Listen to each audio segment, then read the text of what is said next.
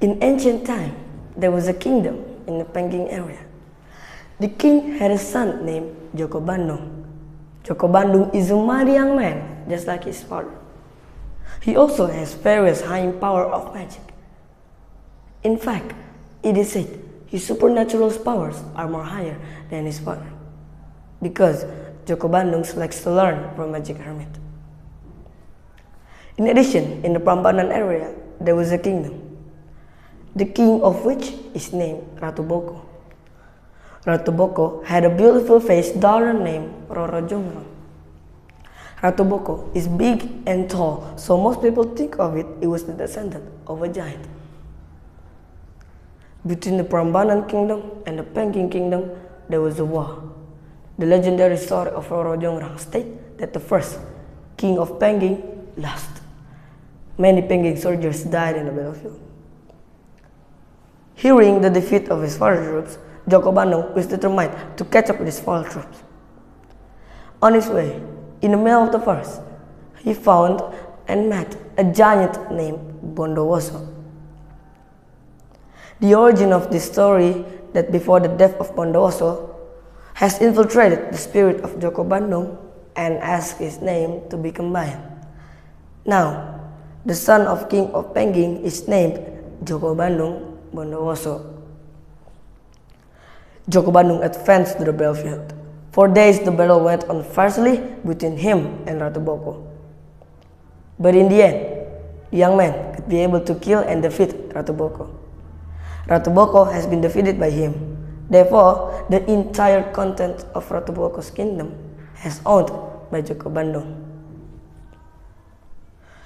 When Joko Bandung entered the Kaputren Palace, he saw a beautiful Roro Jongrang. He immediately fell in love and wanted to propose to her.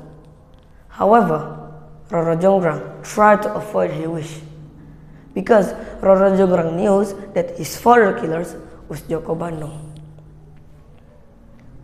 Based on the story, to reject, of course, Roro Jongrang dared to be not afraid of being killed by Joko Bandung. So, Roro Jongrang put forward a condition. He wanted to be married with Joko Bandung as long as the young man was willing to build 1,000 temples and 2 wells in one night. According to the Roro Jongrang's opinion, it was certain that the young man cannot be fulfilled his very heavy request. But unexpectedly, Bondowoso, who was united with Joko Bandung, stated that he was able to help. Joko Bandung, Bondowoso, asked for help from the spirits, and the spirits are come from the jinns and the dynamite who have extraordinary powers. They work hard after the sunset. One by one, the temple that requested by Roro Jongrang is almost finished.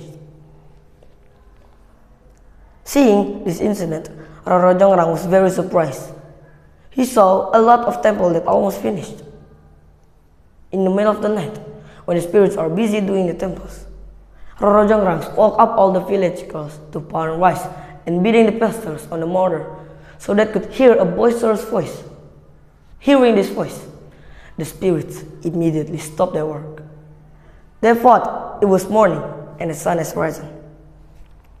The temple building was failed due to the one lack of temple buildings. Joko Bandung was very angry. He knew that this was the Roro Jongrang's trick.